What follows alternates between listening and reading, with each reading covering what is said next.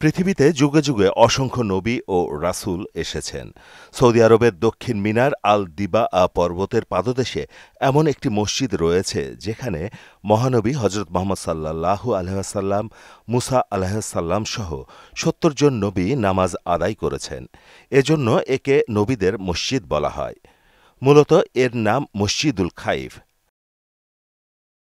যা ইসলামের ইতিহাসের অত্যন্ত গুরুত্বপূর্ণ একটি মসজিদ। মক্কা থেকে মিনার দূরত্ব প্রায় ৮ কিলোমিটার। মিনায় হাজিদের জন্য স্থাপিত বিশেষ তাঁবুতে অবস্থান করে হজের বেশ কিছু আনুষ্ঠানিকতা সম্পন্ন করতে হয়।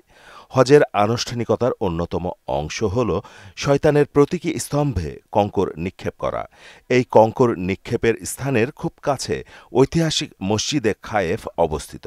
শওর পাহাড়ের বিপরীত দিকের পাহাড়ের অদূরে প্রতিষ্ঠিত এই মসজিদের আলোচনা বেশ গুরুত্বের সঙ্গে স্থান পেয়েছে।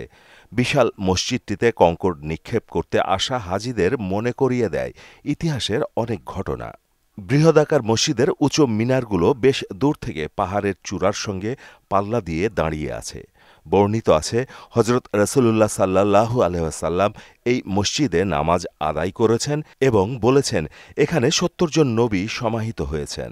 নবী করিম সাল্লাল্লাহু আলাইহি ওয়াসাল্লাম বিদায় হজে মসজিদে খায়েফে নামাজ পড়েছেন। পাহাড়ের চেয়ে নিচু এবং সমুদ্রপৃষ্ঠ থেকে উঁচু স্থানকে আরবি পরিভাষায় খায়েফ বলা হয়। খায়েফ মসজিদ হচ্ছে মক্কার কাফেরদের বিরুদ্ধে মুসলমানদের বিজয়ের এক স্মৃতিচিহ্ন। এটি ছিল ওই সময় আরব অঞ্চলের সবচেয়ে বড় মসজিদ। এমনকি তখন মসজিদে হারামের চেয়েও বড় ছিল এই মসজিদের আয়তন। খায়েফ মসজিদে এখন ৩০,০০০ মুসল্লি একসাথে নামাজ আদায় করতে পারেন।